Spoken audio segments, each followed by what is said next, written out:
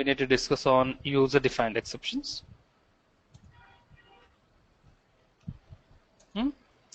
And then we move to the next concept, that is cursors. Okay, cursors, there are two types of cursors again. We have implicit cursors and then explicit cursors. Any idea, Dilavar? What is explicit, what is implicit, what is explicit? Implicit means it's automatic. Explicit Yes. maybe manually we need to. But I don't know what is cursor. Okay. But I don't know what is cursor. Okay, no problem. We'll discuss about all this. Okay, today let us start with the user-defined exceptions. Okay. These are defined and controlled by you. So all the last examples, -3383 OR, all these are standard Oracle defined exceptions. Okay, exceptions which you can also define are called as user defined exceptions. So these exceptions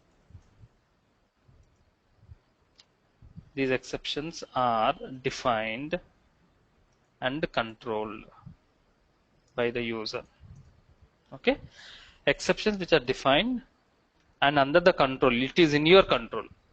So as per your requirement, you can raise the exception. Okay, so which are under controlled by the user are called as user defined exceptions. Okay, steps to handle user defined exceptions. It's a 3-step process. Step 1 is to declare the exception. Step 2 is to raise the exception. Step 3 is to handle the exception. Okay, let us learn all this with an example.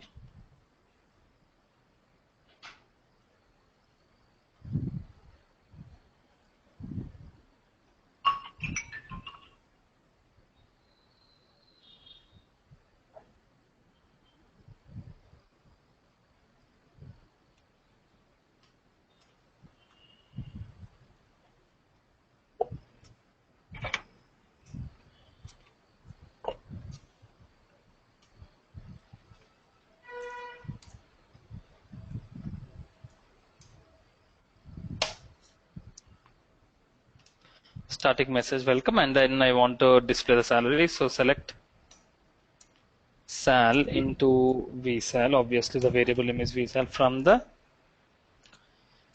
employee, where employee number I don't want a hard code. I can accept the ampersand employee number. I can accept the employee number from the user. Okay, and then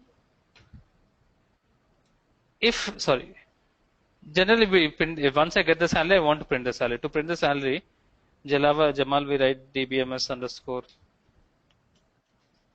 output dot put underscore line. The salary is concatenation operator is available in vsal. Next. Yeah. And then a thank you message.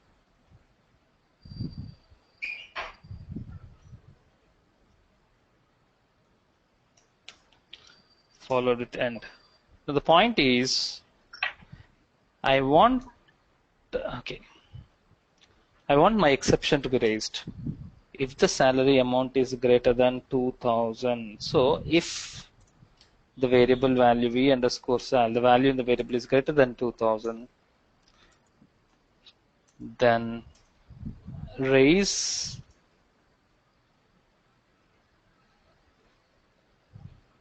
my underscore ex1. Dilavar, when this my underscore ex1 exception is raised, only when the salary is greater than 2000. So what is my underscore ex1? It is the name of the exceptions. If it is you are raising, then you need to declare it. I have not declared it. So my underscore ex1 is of type exception. Declaring the exception is this line. Raising the exception is this line. And I want to start the exception section. When my underscore ex1, then I give a meaningful message.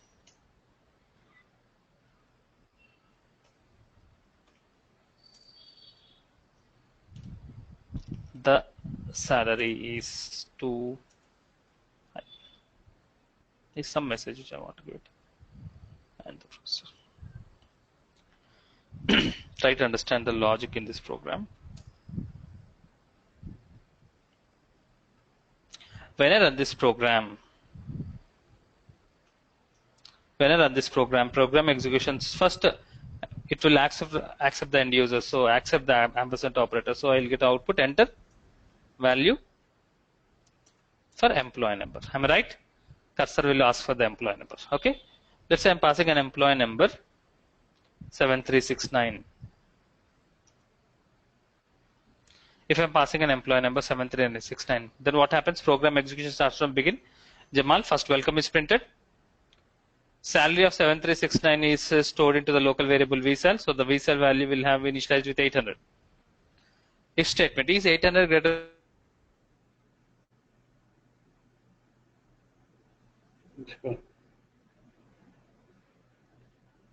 Sunil?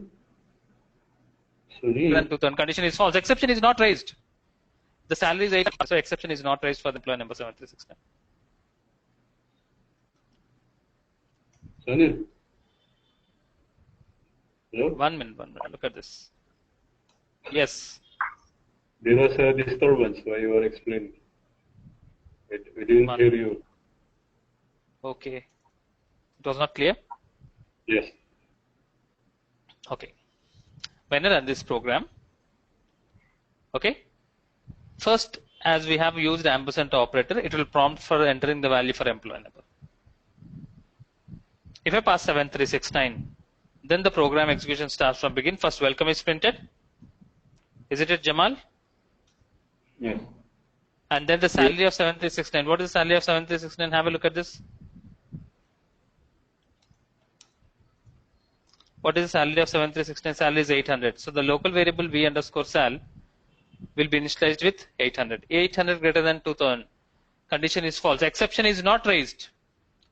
When the exception is raised, it is in your control. I want the exception to be raised only when the salary is greater than 200. For the employee number 7369, salary is 800. Exception is not raised. Control executes the remaining lines of the program. You get a message, salary is 800, and then you get a thank you message.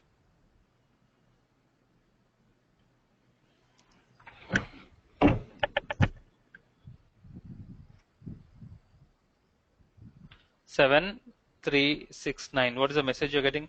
Welcome, thank you is salary is 800, thank you is printed. So here, Dilawar, do you think user defined exception is raised? Can you hear me? Yeah, I can hear you. As you're saying that, okay, v underscore sal is holding the value of 800. That is the salary. And if you're saying that if 800 is greater than 2000, then only the exception has to be raised. But here exception is not raised. Yeah.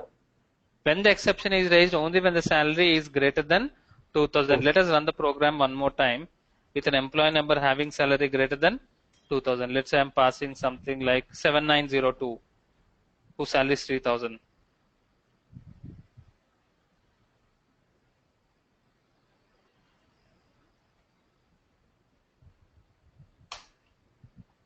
What is the output you're getting?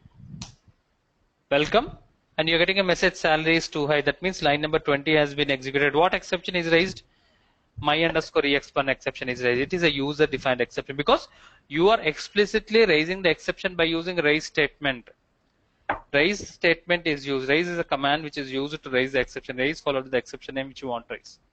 So line number 2 is declaring the exception. Line number 11 is raising the exception. Line number 19 is catching the exception. Exceptions you should explicitly raise it, which is in your control. Those kind of exceptions are called as what? A user defined exception. Okay? Yeah. So in which scenarios user defined exception is used?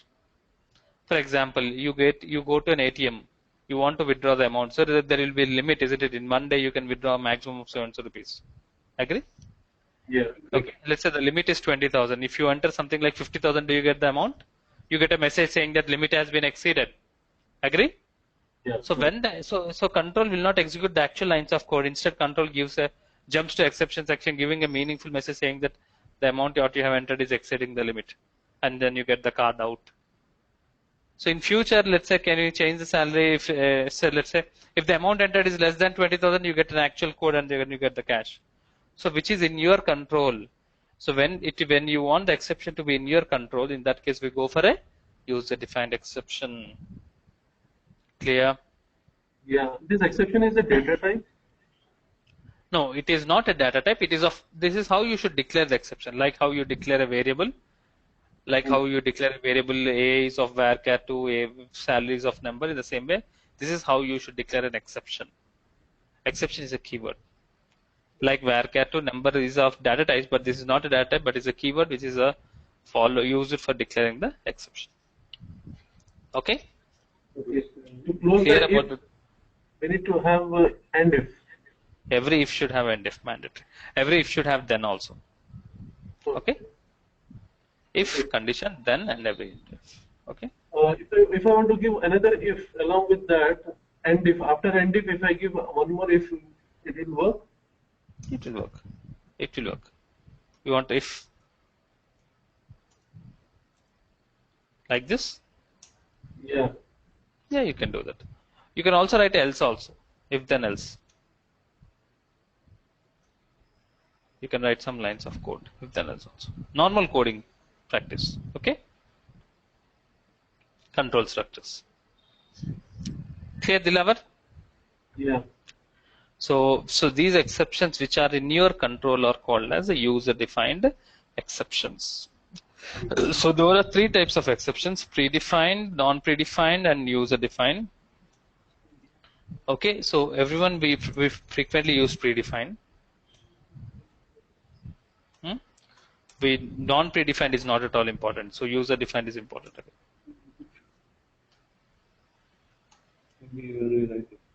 These two are important. Okay. Clear, Jamal? Yeah. But Sunil, maybe I'm forgetting this if then else did we covered this in the previous? Control structures, as it is basic simple programming, I have not discussed. You want to discuss the if then else and loopings, loop structure? Yeah, so we have seen the simple loop and complex loop also. Okay. Else it is No, if then else is very simple. I'll give you an example. Okay. yeah. This is understandable, but shall we spend some time on control structures? yeah, yeah.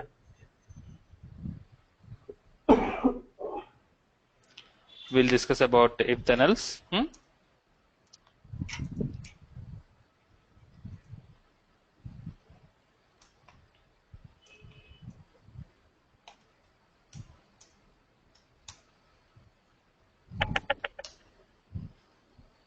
And then we'll discuss about loops. In loops, we have three types of loops.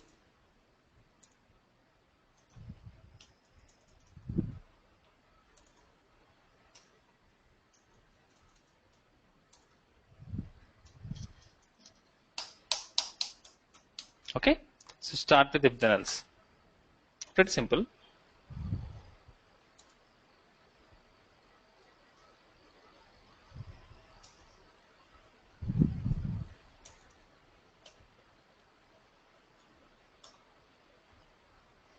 Initializing the value. You have Fine. video? Hello?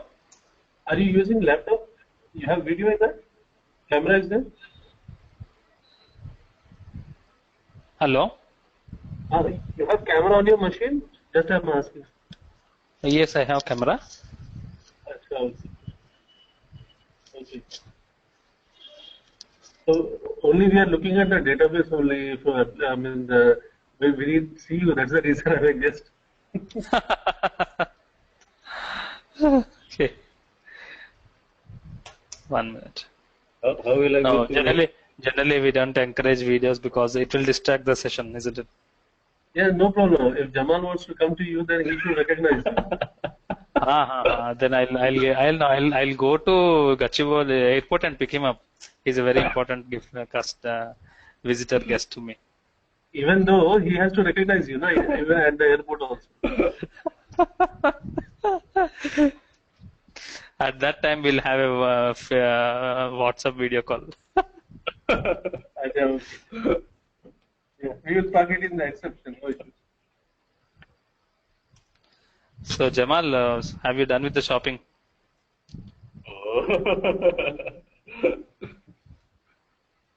I will wait for you. Maybe you come here in Oman.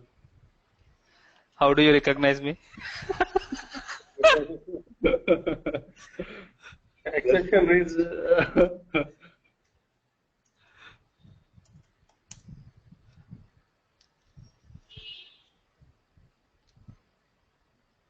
So, Dilawar, do you always regularly speak with Jamal? Not Jamal.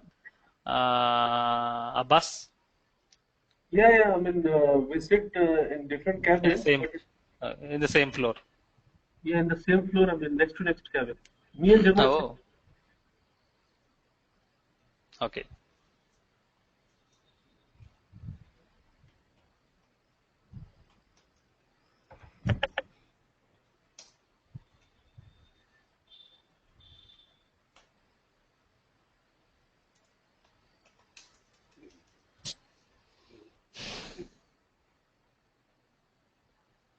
Every if should mandatory have end if. Remember that test syntax.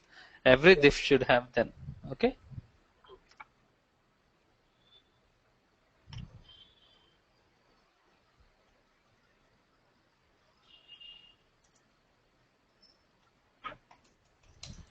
So program execution starts from begin. Welcome is printed.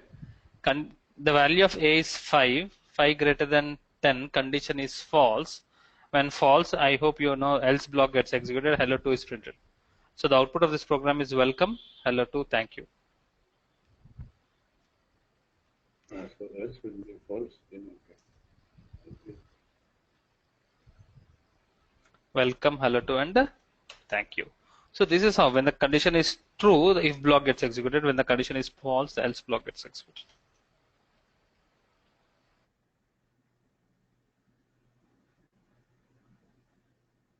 Yeah. Hello? Sunil.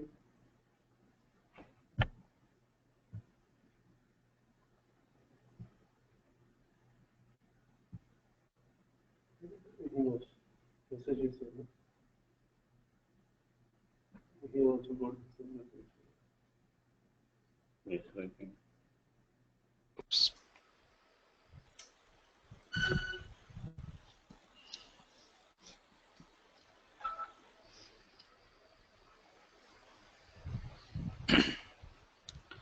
So let us look at this output program. Can you hear me? Yeah. Now we can hear you. Sunil, as we have for joins, there is a rule like n number of tables are there, n minus 1 joins will be there. So is there any thumb rule for even for the loops, if like how many ifs are there, or how many and ifs should be there? Okay, it is same. Every like if should have end if. The moment you have end if, then you should have end if. Compulsory. And Value store. one else can be there for two ifs. No. It cannot be like that. You can also have else if you want. Okay. Okay. Let's see. You can have like this.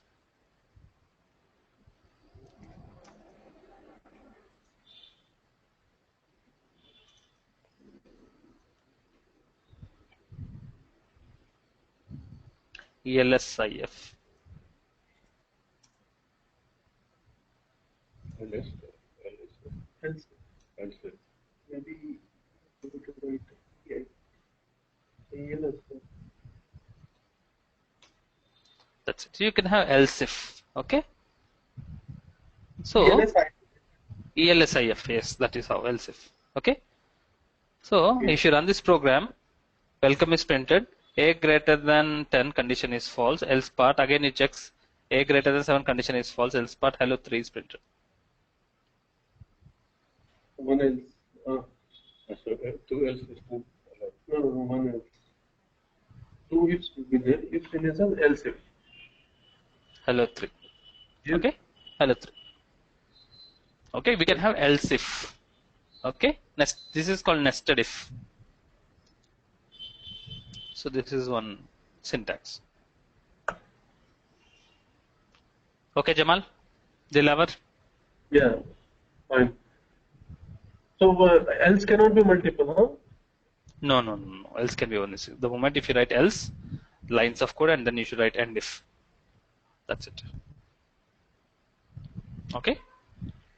Okay, and multiple else if can be possible, huh? Yeah. Multiple else if can be possible. Like how we have used one else if. Again, you can use a here also one more else if. Okay. Okay. Like this.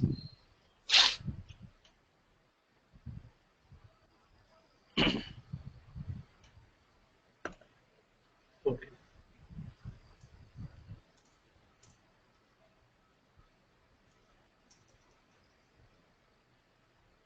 Mm.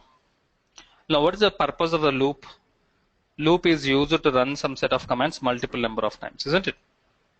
Yeah. So loop will start with a loop and end with end loop, semicolon. So the lines inside the loop will be executed multiple number of times. Okay, a colon equal to, I'm initializing the variable a with 1. Okay, so dbms underscore output dot put underscore line.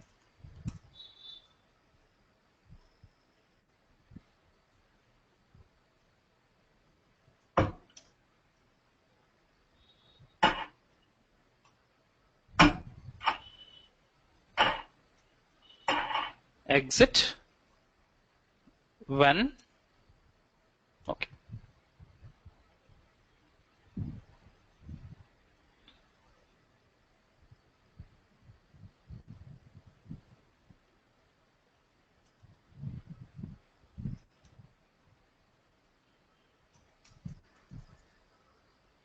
Okay.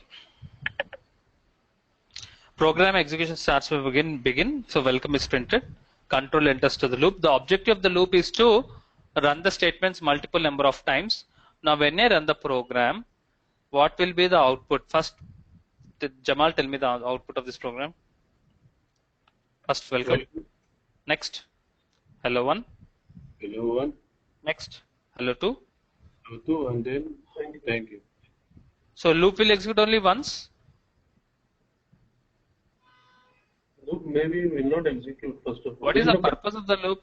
The purpose of the loop is to execute the statements multiple number of times. That is the benefit of the loop. So here how many statements we have? 2 statements. So how many times these 2 statements will be executed? Only once? There is no condition to look once, twice. There is no condition to break the loop. Yeah. So what will be the output, Jamal? It will be since Displayed there is only no, once. yeah, welcome and thank you. So control will not enter to the loop. So the output is welcome. Okay, Dilavar, what do you think? Yeah, same thing, because there is no parameter. We are giving some kind of comparison, just like if condition. I mean, there is no condition. For example, Okay. Okay, so if a less than 5, then go to enter to the loop. There is no such kind of condition to enter the loop. yeah, I think. Look at the output of this program.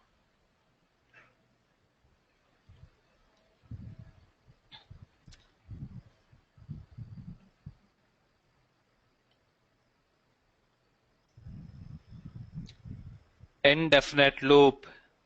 Your not control is not coming out of the loop. This is an indefinite loop. Okay. Okay, why this is called as an indefinite loop? Look at this. Program execution starts from begin. First, welcome is printed. Control enters to the loop. It does not need any condition to enter the loop. When you write loop, so it enters to the loop. Hello 1 and executed. Hello 2 is executed. Before end of the loop, again it goes to the beginning of the loop. Is there any condition to break the loop? There is no condition to break the loop. As there is no condition to break loop, control is inside the loop. It is not coming out of the loop, so it becomes an indefinite loop. Got it? Yeah. So first point, it does not need any condition to enter the loop. The moment you write loop, the control enters to the loop. Okay? So now I make some changes in this program. That condition is called as exit condition. Exit when condition. Exit when a equal to 3.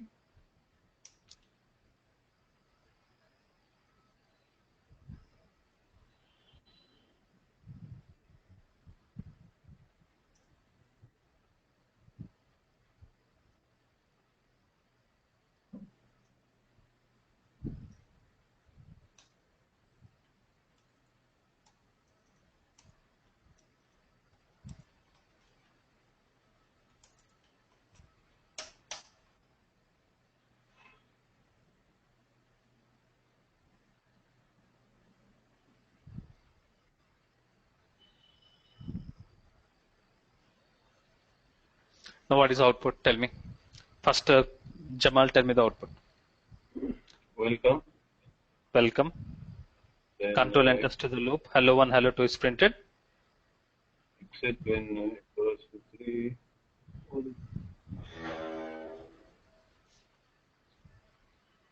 Then again it will Execute the loop. yeah. How many times the loop is executed? 3 it will until it responds in 3 times.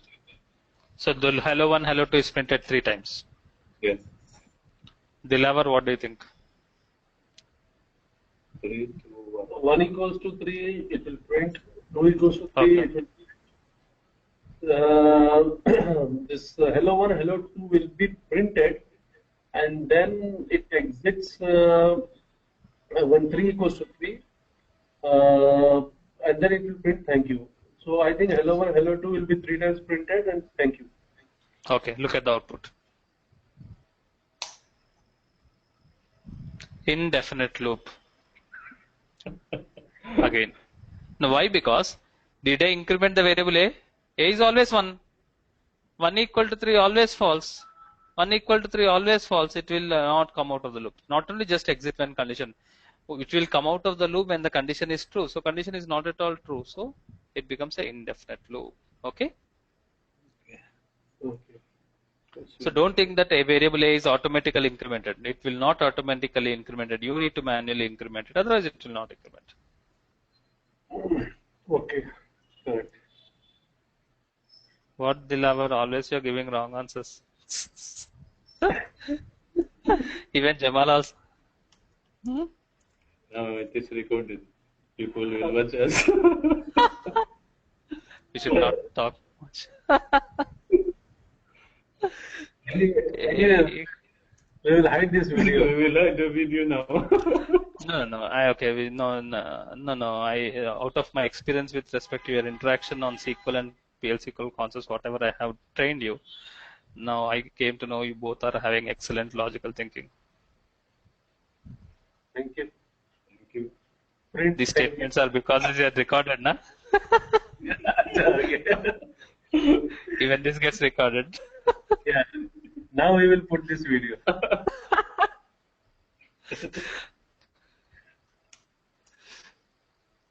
Okay, now look at this. A becomes 1, welcome, hello 1, hello 2 printed, 1 equal to 3, condition is false, loop will not break, A becomes 2, again goes to the beginning of the loop, hello 1, hello 2, 2 equal to 3, condition is false, A becomes 3, after A becoming 3, control comes to the beginning of the third time, hello 1, hello 2 is printed, 3 equal to 3, condition is true, when the condition is true, loop will break and executes the remaining lines outside the loop, so hello 1, hello 2 is printed 3 times. Okay. Set server output, want to get the output?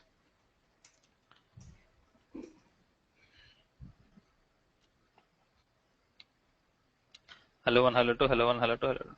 Got it? It's executed 3 times. So I hope you understand exit when condition, when it will break only when the condition is true. I'll make small changes in this program. Tell me the output. Exit when A equal to 1. What is the output? Welcome. Hello 1, Welcome. hello 2. Hello. Thank you. That's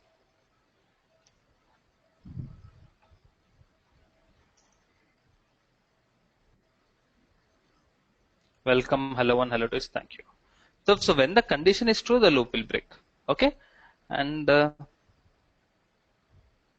many participants will think that the exit when condition should be the last line of the loop. That's not always the case. Control X. Yeah, I was about to ask that. Is there any logic? So you can, wherever you want, you can place the exit when condition. When the control comes to the exit when condition, it checks the condition. At that point of time, if the condition is true, the loop will break. Now coming to this case, Dilavar, the output will be welcome after welcome. Thank you.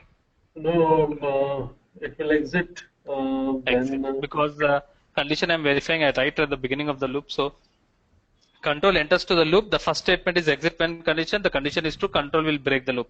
So welcome and thank you. Yeah.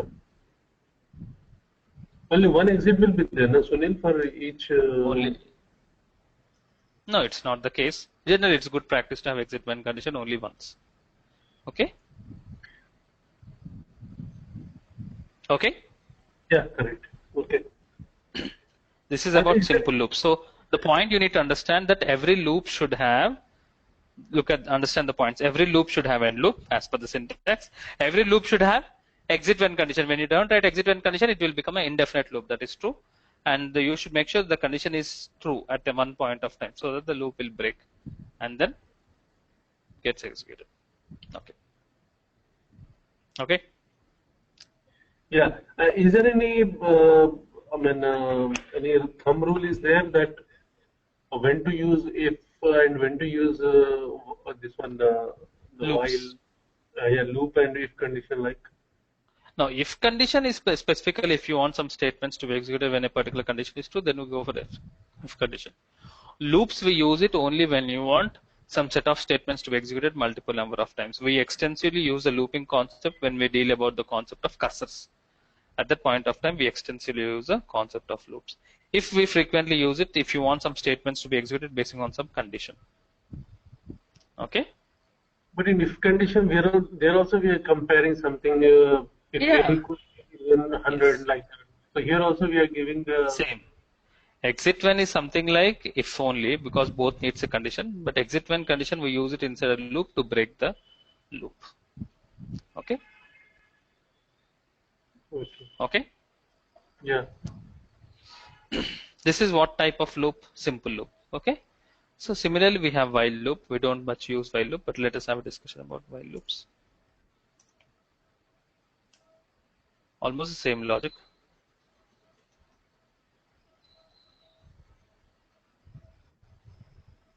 So as you have said in the beginning, so while loop is always checking the condition. Only when the condition is true, it enters the loop. So for example, declare variable a equal to 1 while a less than 3. So when the condition is true, then only the loop will be entered.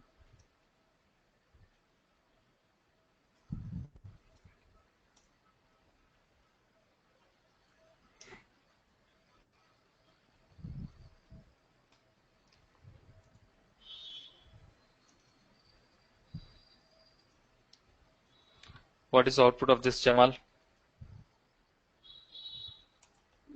Welcome while a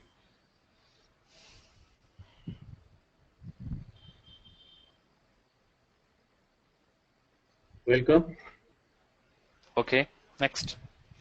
Then while a less than 3, which is correct, then it will include. It will print hello 1, hello 2, then thank you. So loop will execute only once. Once, because the Only once. this condition is Based on incremental. less than 3. Okay. Well, less than 3. Yeah, only one time. Okay. Dilavar, what do you think? Yeah, I mean, because we, same like in the previous example, where we have given a equals to a plus 1. There is no incremental going on here. So I So think this will, it will execute only one time. One is less than 3. Okay, it will print hello 1, hello 2. Thank you, welcome.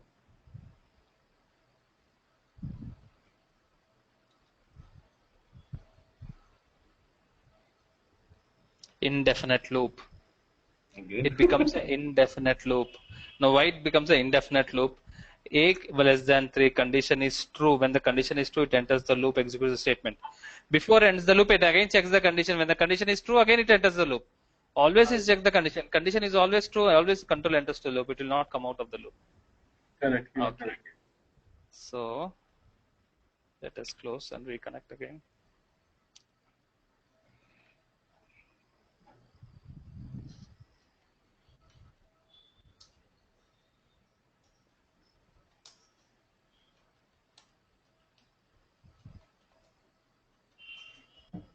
So if you want to every loop should have exit when condition, as I said. Now I write exit when Sorry, with this we don't need exit when condition because we have anyways a condition at the while loop concept only. So here we should increment the loop variable a equal to a plus 1. Now what will happen? Welcome is printed, current value of a is 1, loop is executed, a becomes 2, 2 less than 3, condition is true, hello 1, hello 2 is printed. Second time a becomes 3, 3 less than 3, condition is false. When the condition is false, loop control will not enter to the loop. So the output is thank you.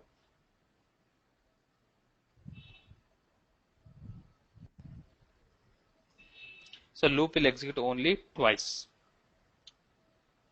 Loop will execute only twice, 2 times. Okay.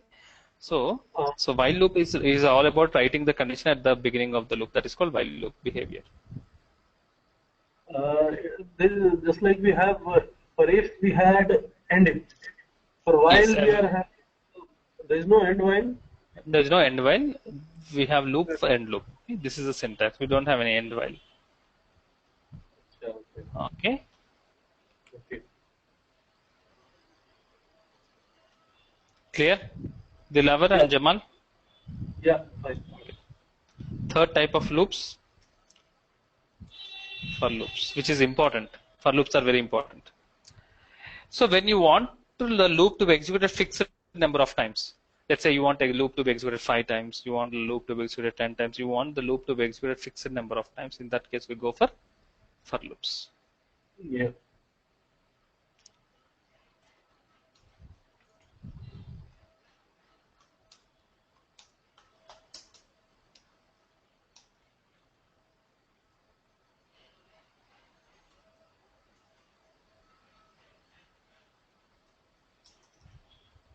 Look at this for loop syntax is completely different. You don't need to initialize a variable, just declare it. For the variable a in lower limit 1, 2 dots, upper limit 5 loop. That means for a equal to 1, a less than or equal to 5 and a plus plus. By default, the for loop will be incremented. The loop variable will be incremented by 1.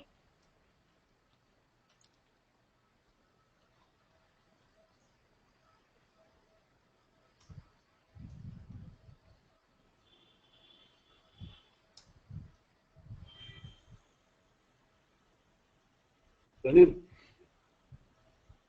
Yes. can you repeat that for A in one? I didn't Yeah, get yeah. it. I do that. Any use for the list the range. Yeah. So it is like 1 to 5. Okay. Yeah. 1, 2, 3, 4, 5.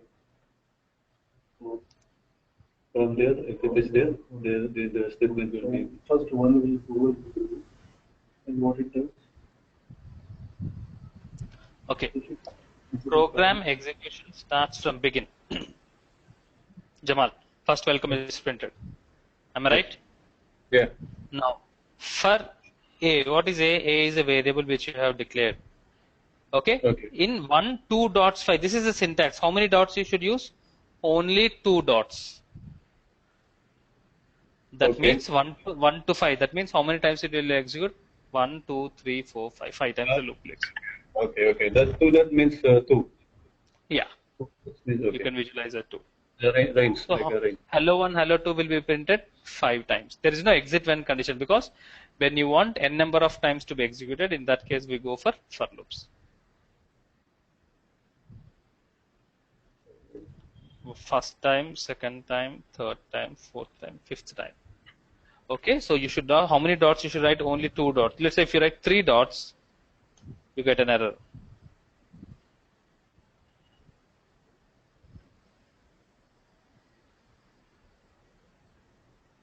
You got an error. Okay, star pointer pointing to these 3 dots. As for the syntax, you should write only 2 dots. This is the lower limit and this is the upper limit. Loop will execute 5 times. Okay. So when we should go for loops, when you want fixed number of times to get executed, in that case we go for loops. Clear, Dilavar? Yeah, correct. Very important point, Dilavar. What is this variable? What is this A? It's a variable. It's a variable. Did you declare the variable? No, we didn't declare. 1 to 5, Huh? yeah. 1 to 5. Did we declare the variable? Yes, we have declared the variable here. Yeah, variable has been declared. Yeah, Yes. not the value. Now look at this important thing. I delete the declare part. Begin and end. Did I declare the variable now? Here we have not declared, but still the program will run successfully. Still the program will run successfully. This is very important advantage of for loops. In the concept of for loops, you don't need to declare a variable for loop variable. This is called loop variable. You don't need to declare the loop variable. Loop variable will be declared automatically. Very, very important advantage. In for loops, the loop variable is implicitly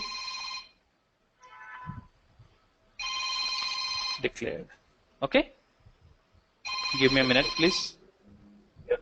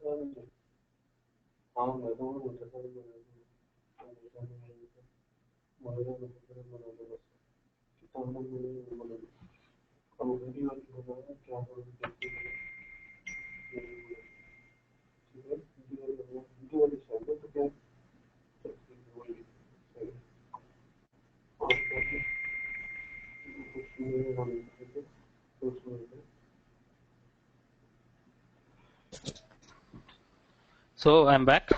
So the important benefit of for loops is that the loop variable gets implicitly declared. Okay, and when we should go for loops, when you want the loop to be executed fixed number of times, in that case we go for loops. Okay, Yeah. these are the three types of loops. Now let's move to the next concept, cursors.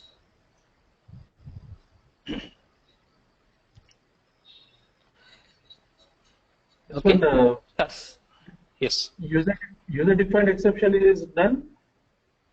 User-defined exception is that. That's it. This is only one example to handle the user-defined exception. Okay. Okay. Right. So first we should understand the concept of the meaning of the term cursor. Cursor is a memory location. Yeah. Used to run SQL commands. Cursor is a memory location used to run SQL commands. To be more clear, look at this example to understand the concept of cursors. Oracle database is a client-server environment, isn't it?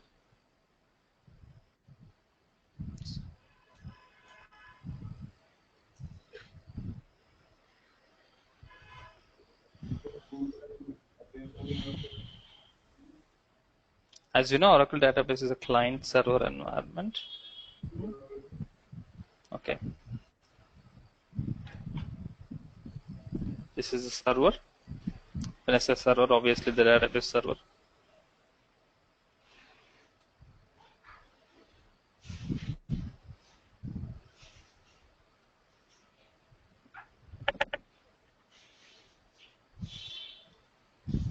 Client.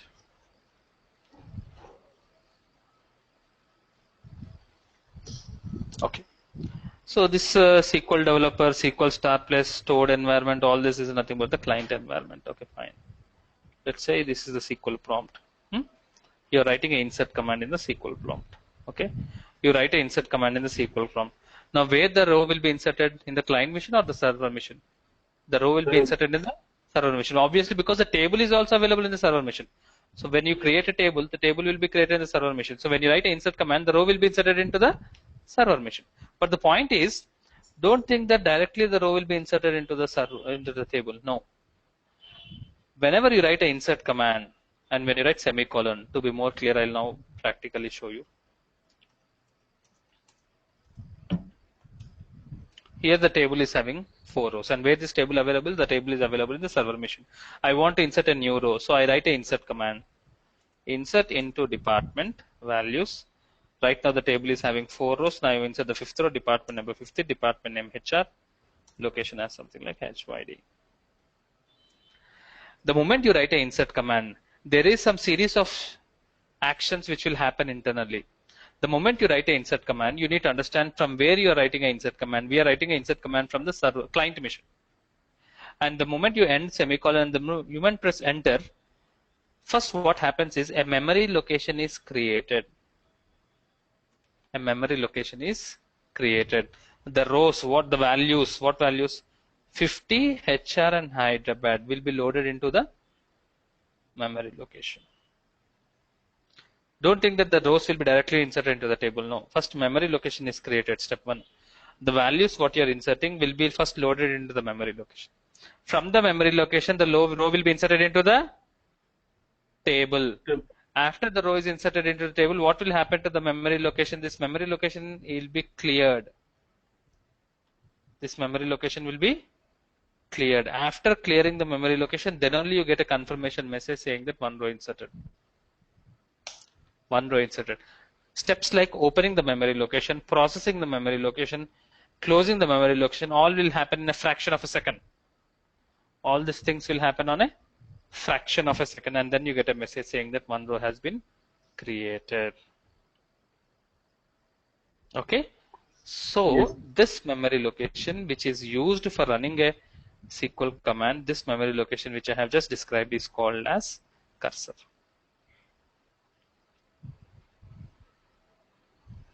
Is called as a cursor.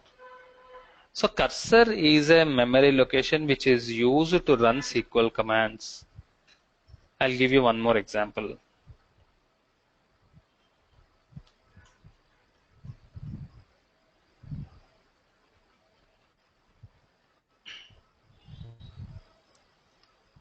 Update EM. So update. Okay, first let's look at the data in the employee table.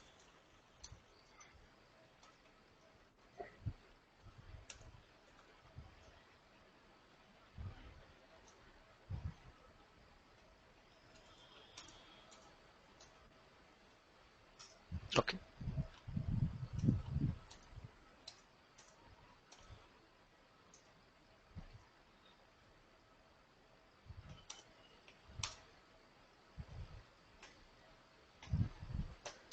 Update employee table, set salary equal to 1000 where employee number equal to 7369. That is nothing but the first record the salary is current value is 800. I want to change to 1000. The moment you press enter, there are some series of steps which will happen. What steps will happen? Jamal, first memory location is created. This memory location is called as cursor. Next, in case of insert command, first row will be inserted to the cursor. Now this is not an insert command, this is an update command. This is the employee table. This is the employee table. Employee table is having, employee table is having 14 rows.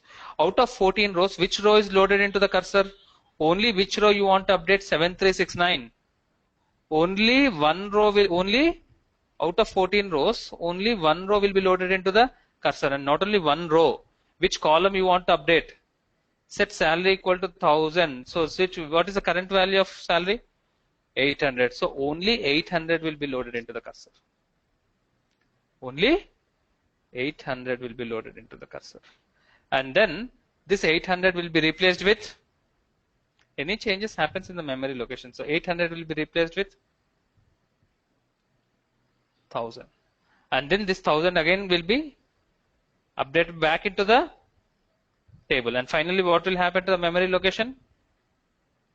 Finally, what will happen to the memory location? The memory location is cleared.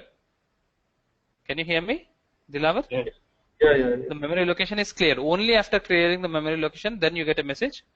One row updated. All these things will happen in a fraction of a second. When you write an insert command, it uses one memory location. When you write an update command, it uses a memory location. When you write a delete command, it uses a memory location. When you write select command also, select star from employee table, what will happen? You are getting 14 rows. First memory location is created. 14 rows are loaded from the table to the memory location. From the memory location, the 14 rows are displayed into the client machine. After 14 rows are displayed into the client machine, the 14 rows are cleared in the memory, and finally you get 14 rows are displayed. So whenever you write any SQL command, internally it uses one memory location. Activities like opening, processing, closing, all this will done automatically. So these kind of this memory location which is used to run SQL commands is nothing but called as a cursor. Any doubts? Yes. Suppose, This is clear. yeah, one thing. Suppose one row we are updating, okay? Okay.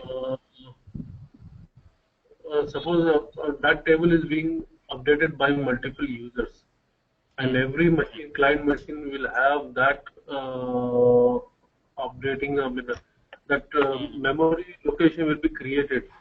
So then, I mean, whose record will get updated? No. It all depends upon implicit locking mechanisms. Okay, Oracle maintains its own locking mechanism so that concurrence is maintained. Okay, it automatically manages itself. You don't need to worry about it. Okay. Yeah.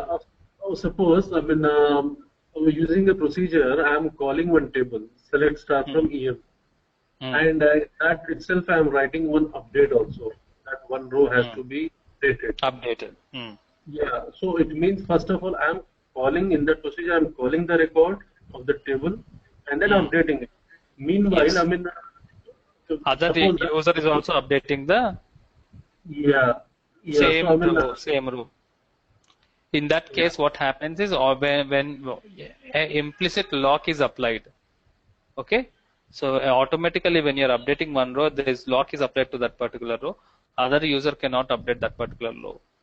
Okay, locking is applied automatically. Okay, and only when you write commit, the lock is released.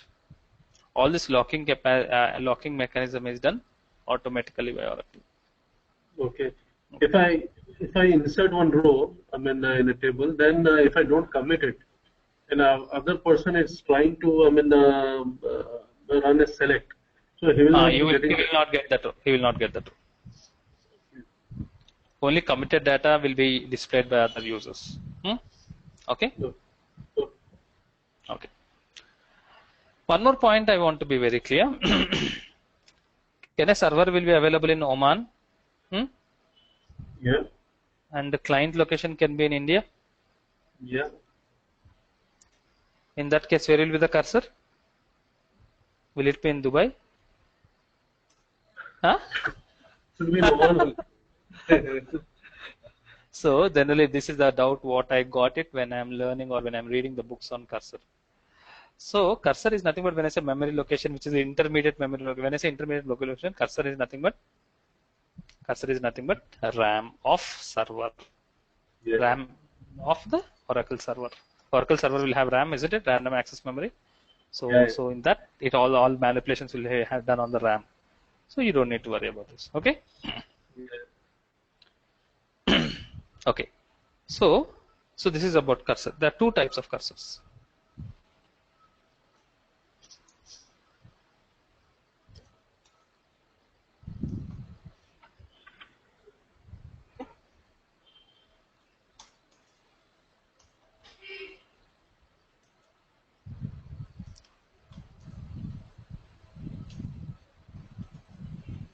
Implicit cursors and explicit cursors. Let us start with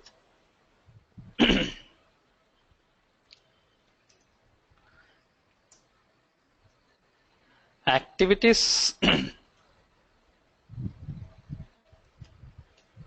Activities related to cursor,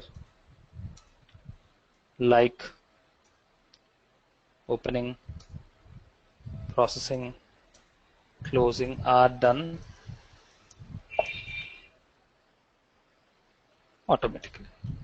Hence they are called as implicit. Anything implicit is nothing but automatic. So when you write an insert command, when you will say you're writing an update command, when you write an update command, you're not worried whether the cursor is opened, what is the size of the cursor, is it properly closed or not, is it processed. Are you worried about that cursor? You're not worried about the cursor. As a developer, you're just writing a insert command, or you're writing an update command, you're writing a select command. Activities like opening, processing, and closing, you're not worried about that. All these steps are happen. Are you manually doing opening the cursor, or is it done automatically? Their steps are done automatically. So those kind of cursors are called implicit cursors. As a developer, you cannot control an implicit cursor. You cannot stop opening the cursor, you cannot stop closing the cursor, you cannot stop processing the cursor. It is under the control of Oracle Engine. These kind of cursors are called as implicit cursors. Okay? Yeah. Okay. So what you can do with implicit cursors, you cannot do anything with the implicit cursors, but you have implicit cursor attributes.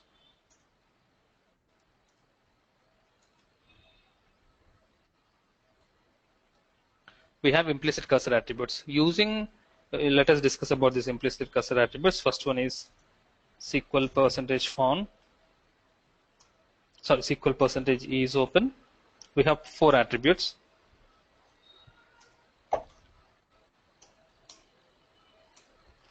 SQL %font.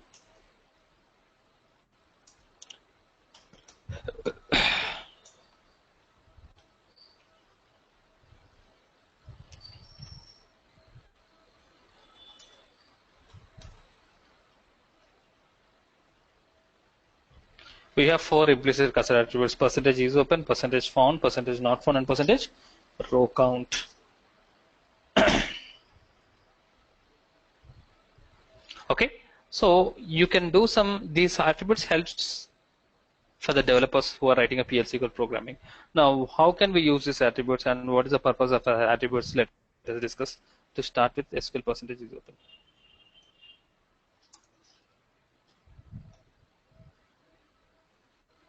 It is a Boolean attribute.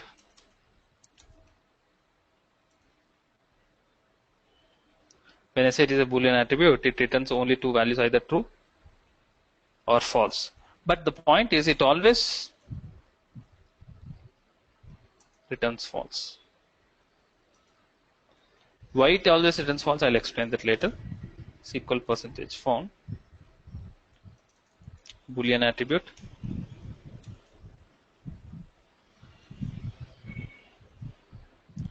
Returns true if SQL command is successful.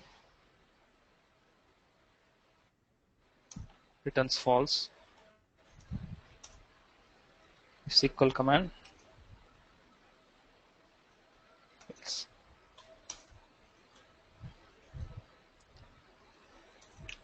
It's also Boolean attribute. And I can understand by looking at the name, you can understand SQL % found and not found, both are negation of each other. So that means returns true when SQL command fails.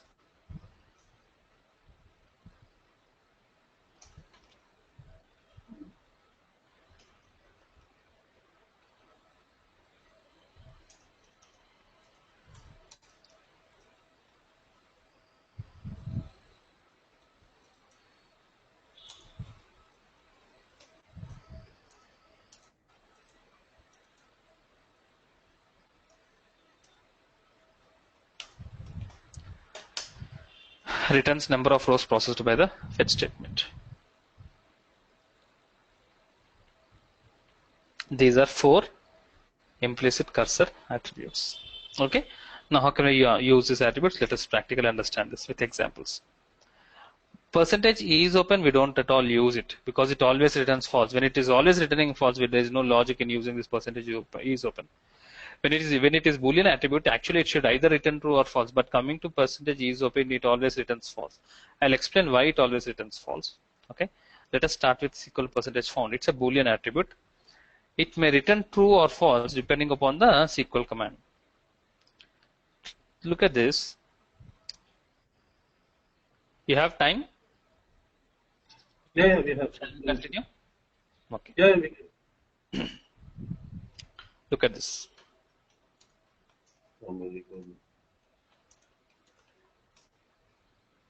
Hmm.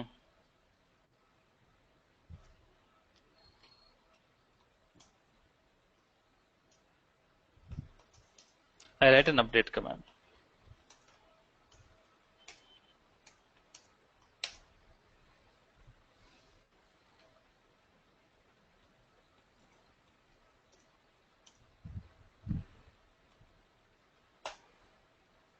What is the output of this block? Update employee table, set salary equal to 2000, where employee number equal to 9999. Do we have employee number 9999? We don't have employee number 9999. So what is the output of this program? Do you get a message PL SQL process successfully completed? No. No record. What is the output of this PL SQL block? Jamal. No error. Hmm? There will be no output. Error. So you get this confirmation message PL SQL process successfully completed? No. Look at this. Successfully completed. By looking at the success message, what a developer can understand, okay, he thinks that the record has been updated, but do we have that record in the employee table? We don't have that record. So this is a generalized output statements of PL SQL programming. This is a disadvantage of PL SQL programming. If the same update command, if you run it independently in the SQL prompt, not in PL SQL, if you run it independently in the SQL prompt, immediately you get a message 0 rows updated. This is a confirmation whether the row is updated or not. But here, whereas in PL SQL block, the disadvantage is no matter whether row is updated or not, if the command is perfect as per the syntax, you get a generalized statement saying that the procedure has been successfully completed. So you are unable to check. You are not getting a confirmation whether the row has been updated or not. Am I right? Yes. Yes. We can overcome this problem. We can overcome the disadvantage of PL SQL programming by using this attribute SQL percentage found. Look at this. If SQL percentage found, then dbms underscore output dot put underscore line row updated, else or row updated, row not updated, or update successful.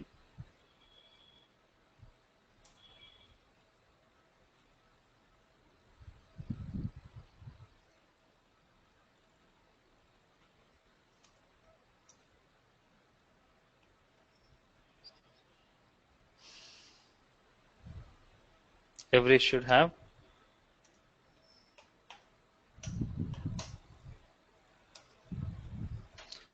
So I'm writing an update command. Update is not affecting the table data. SQL percentage found. Read the SQL percentage. Is a Boolean attribute.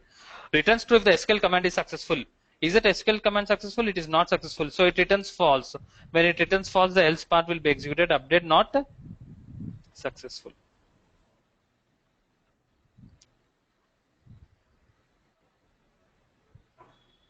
Are you getting update not successful?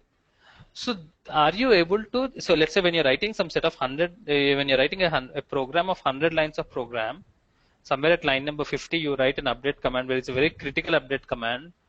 You want to check whether the update command is really affecting the table data or not. Can we do that?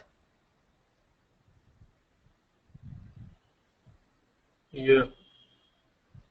Yes, we can do that by using the attribute SQL percentage found. You can track whether the command which you are using in the PL SQL block is successfully affecting the table data or not. You can track it by using the percentage found. Clear, Jamal? The use of SQL percentage found. Yeah. Yeah.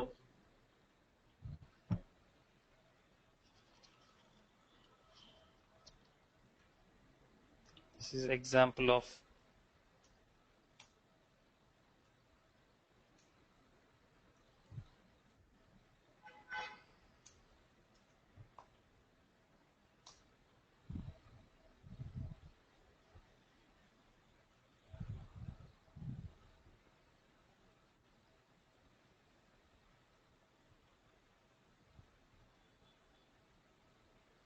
Example of SQL percentage not found.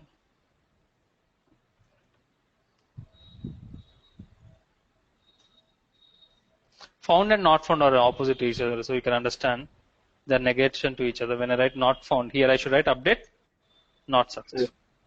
Am I right? And here I write update successful. So here also you get the message. So when we use found, we don't use not found at all. So both are negation to each other. Anything you can use it. So update not successful. So this is about example of not found. Example of what is our fourth attribute, row count.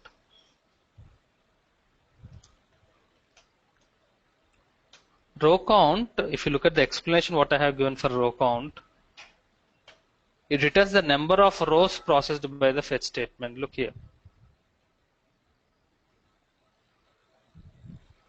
Returns the number of rows processed by the SQL command. Begin update emp set salary equal to 3000, where department number equal to 30. What is the output of this when you write a PL SQL block? Always when you write a PL SQL block, you will get a generalized output saying that PL SQL process successfully completed. But the same command, if you write it in SQL prompt, the advantage in SQL is that you get the number of rows affected, 6 rows updated. The benefit of SQL is that the SQL will return the number of rows updated. The advantage what you have it in SQL can be used in we can get that advantage in PL SQL block by writing this row count by using this row count attribute. Look at the output here.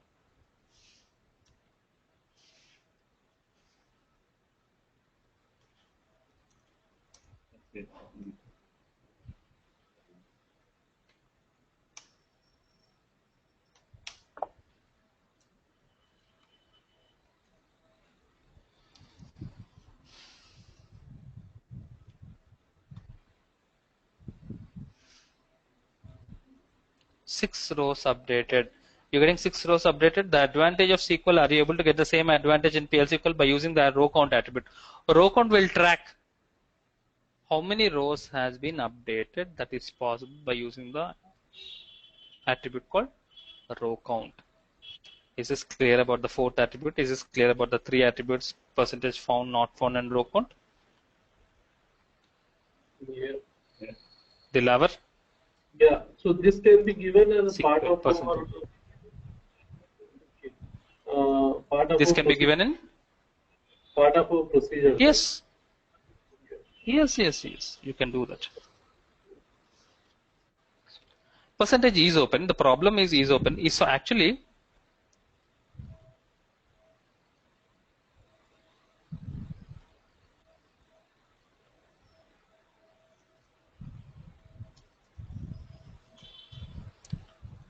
is open. Look at the name of the attribute. Is open. It is a Boolean attribute. It returns true when the cursor is open. It returns false when the cursor is closed. Okay. Yeah.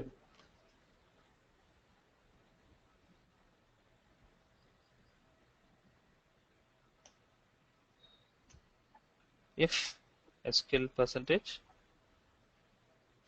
is open, then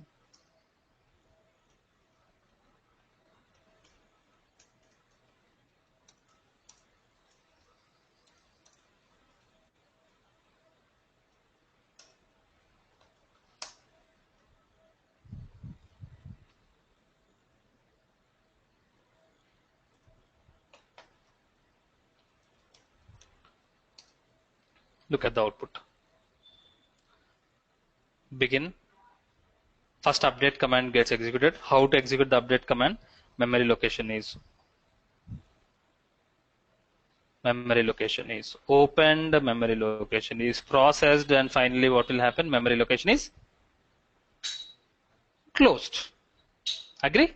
Finally what happens? Memory location is closed. Only after the memory location is closed, control comes to next line, if statement. Percentage is open, returns true when the cursor is open. What is the status of the cursor? Is closed. When the cursor is closed, the response what you get is always cursor is closed. So by the time you check whether the cursor is open or not, it gets closed. As it gets closed, it always returns false. Clear? Yeah. Yes, sir. Always, if you want to check whether the cursor is open or not, by the time control comes to this line, the cursor will be closed. Only after closing the cursor, control comes to this line. When the percentage is open, it is not open, so it returns false. So you get a response cursor is closed. So this is we are just managing the memory, which Oracle by itself is also doing the thing, but we are We doing are it. checking whether the data is really affecting in the memory or not using Okay. these attributes. Okay. Okay? Opening, processing, closing, we are not doing. It is automatically done it. But you are able to check whether the row is really affecting in the memory or not by using this percentage found and not found. And if number of rows, how many rows are affected in the memory using this row count, you are able to track it. Yeah. So found, not found, and row count. These three are, I mean, from our side. We want to know how many rows updated, if updated or not updated, that we want to know. But for the last is open or not, that system does it. Once the insert command, update command is Yes. done. So this we don't use it at all. Percentage is open, we don't use at all. Because anyways it is closed. So we don't use it at all. Okay. So we use only found, not found, and row count. Okay? Yeah. And found, not found, or negation to you each other. If you use found, we don't use not found. Any of either of these will be used. Am I right? Yeah. Okay. So this is also coming to implicit cursors. We cannot control that memory location, but using the implicit cursor attributes, you can check whether the row is updating or not, or if how many rows are updated. Those kind of information we can use it by using implicit cursor attributes. Coming to explicit cursors, memory location, we should write a command to open the memory location. We should process the memory location. We should close the memory location. So memory location which is under our control, those kind of cursors are called as explicit cursors. How to use this explicit cursors, we'll discuss that in our tomorrow session. Okay? Okay. Okay. And, explicit. So it means maybe big queries are there. I mean, maybe you are running any procedure like a lot of updates are there. So before running, we need to allocate some of the memory for our. No, not like that. No, not like that. It could be any it could be very complex SQL command also. Opening, processing, and closing is done automatically. Why should we go for explicit cursor? I'll tell you. Okay, to run select statements which returns more than one row from PL SQL programming. We know that SQL statements run successfully only when it returns exactly one row. When it is returning no rows, no data found exception is raised. When it is returning more than one row, too many rows exception is raised. But sometimes when you're working in a project, you want to run a select statement which returns more than one row from PL/SQL program. So to run select statement which returns more than one row, we go for explicit cursors. Okay? Okay. I'll explain that the